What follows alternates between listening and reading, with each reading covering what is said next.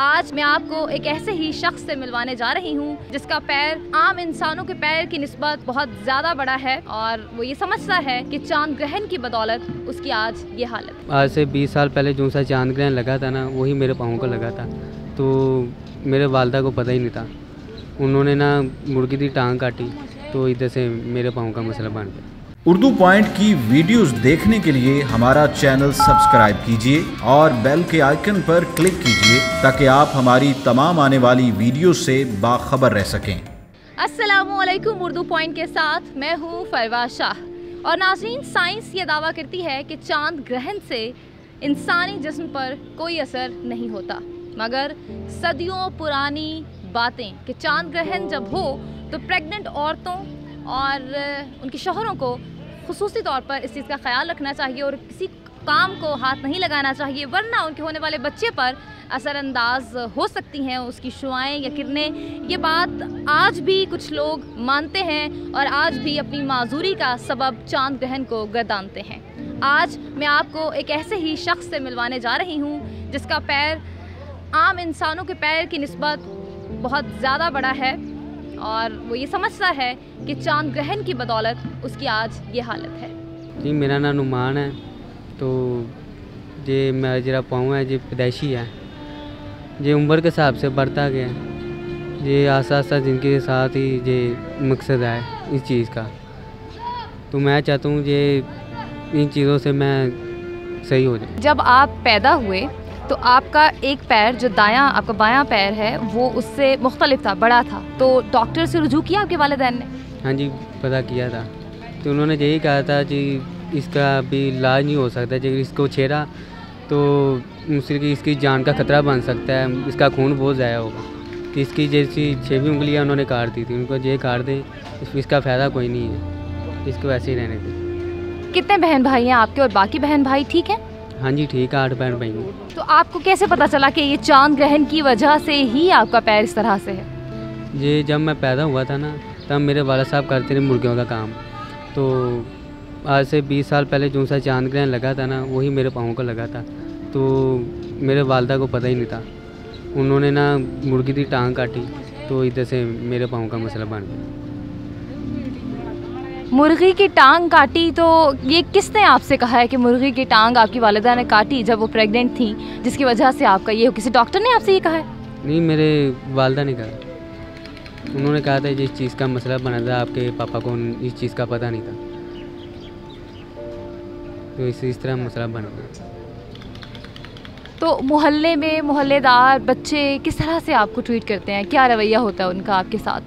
देखते हैं, पाँव को देखते हैं, इस तरह मतलब कि अजीब फीलिंग करते हैं, जी इसका पाँव देखो, इसका पाँव कितना बड़ा है। ये चीज़ें बहरहाल मैं इस चीज़ को फीलिंग नहीं करता, इस चीज़ को सह जाता हूँ, नज़रअंदाज कर जाता हूँ।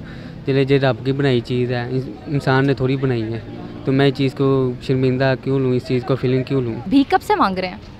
जी, मुझे थोड़ी देर ही हुई। इससे पहले तो मैं करता था, रिंगों का काम करता था, कपड़े का काम करता था, तो मेरा वहाँ पे नुकसान हो गया था। मैंने करीबन 3 लाख रुपए लगाया था काम पर कोई बात नहीं बनी है, काम ही नहीं चला है, तो सारा कुछ उजड़ गया, काम ही नहीं रहा। तो आप भीख यानी मजबूरी से मांग रहे हैं, आपको शौक़ नहीं है और आप नहीं चाहते कि आप भीख मांगें? नहीं चाहता, मेरा कुछ इस चीज़ का मकसद ही है, मेरा जो मकसद ही इस चीज़ का है, तो मैं अपनी हक ला के कमाऊँ, ना कि किसी के आगे हाथ फैलाऊँ, ना कि किसी को किसी चीज़ का कहूँ, तो मैं अपनी मेहनत से कमाऊँ। कोई काम आता है, कोई हुनर आता है आपको? हुनर आता है, सिर्फ गाड़ी आती है चलानी, पर वो अपनी तो नहीं है जो सी मैं चला सकूँ। तो मैं यही चाहता हूँ या कपड़े का काम कर लूँ, कपड़े की दुकान डालूँ, या तो परचून का कोई काम कर लूँ। साइंस तो कहती है कि सूरज ग्रहण का या चांद ग्रहण का कोई असर नहीं होता ह्यूमन बॉडी पर, मगर आप बिल्कुल मुख्तलिफ कहानी सुना रहे हैं।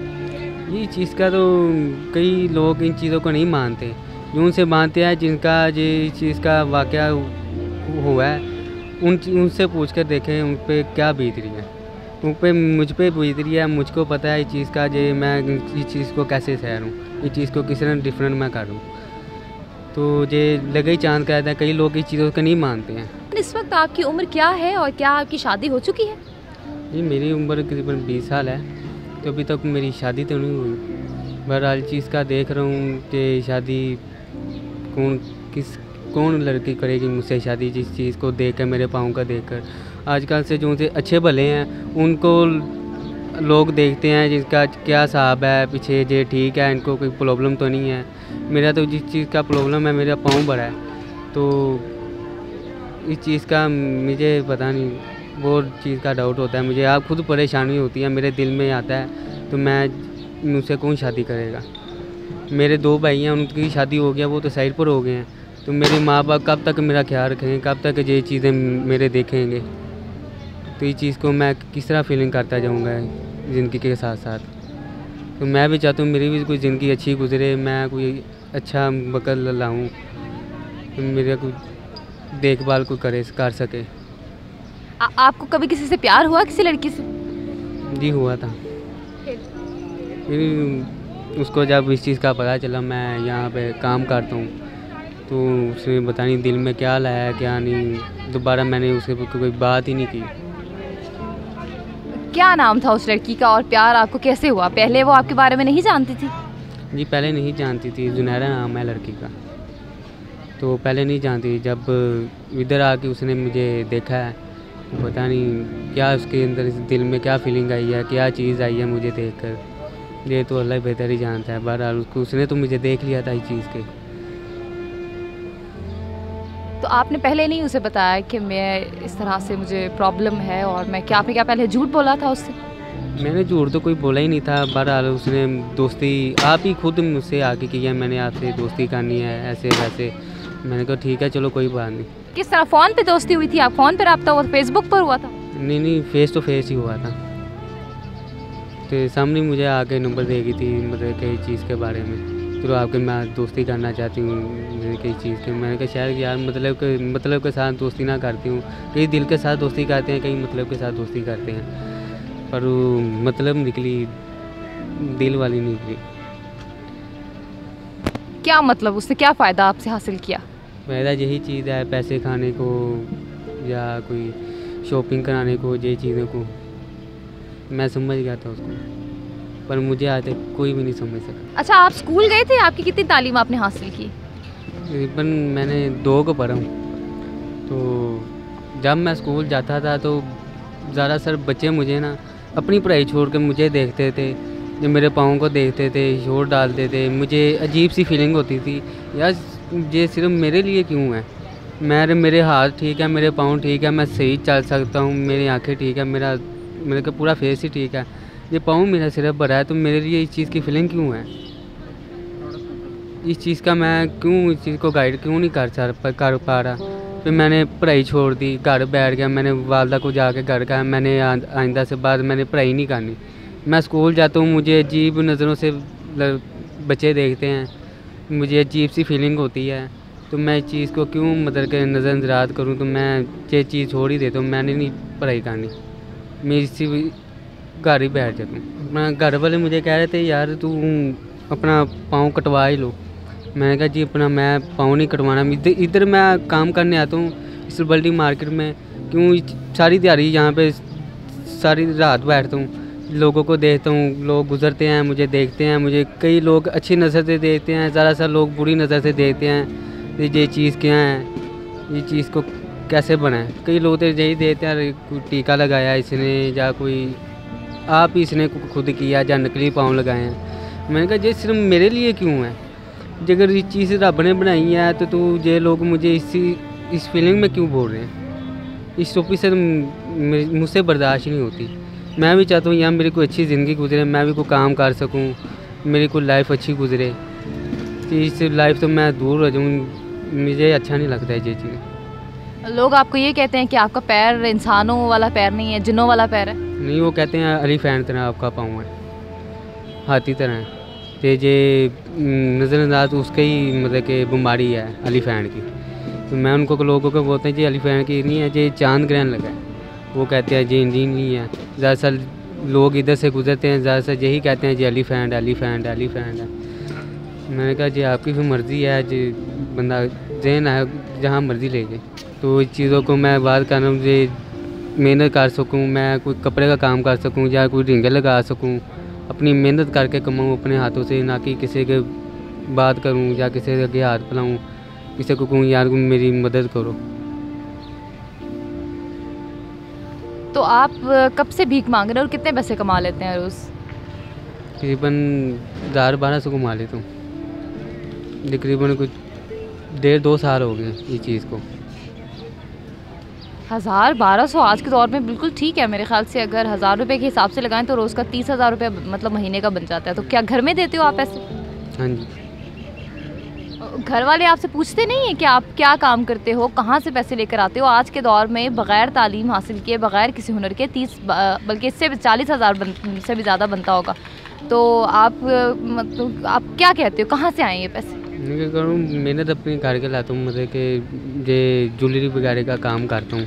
आगे भी मैंने यहाँ ज्वेलरी लगाता रहा हूँ पर निज़ाम ही नहीं चला, हालात कुछ ऐसे आगे घर के कुछ बाहर के, तो सामान के पैसे घर लागे बाहर लग गए हैं, जिसकी वजह से सामान ही ख़त्म हो गया। अगर आपके वालिदैन को पता चले कि आप यहाँ पर भीख मांगते हैं तो उनका क्या रद्द-ए-अमल होगा? सारी बात है, उनको तो इस चीज़ की फीलिंग तो होगी, बुरा मतलब के ज़हन में आएगा, या इस चीज़ का तो नहीं होना चाहिए।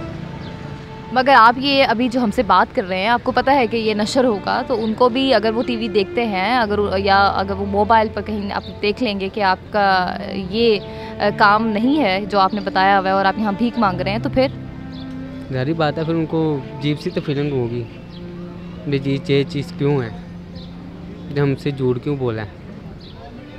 तो मैं नहीं चाहता उनको कोई दुख पहुँचाऊँ, उनको कोई तकलीफ़ पहुँचाऊँ, मैं उनको सिर्फ खुश रहना चाहता हूँ। भीख मांगना तो बहुत आसान है, क्योंकि अच्छे भले लोग भी हैं जिनके हाथ पाँव हैं, अपना बाजू अंदर करके अपना कोई मतलब कि टांग बिंगी चिपी करके लोग भीख मांगते हैं।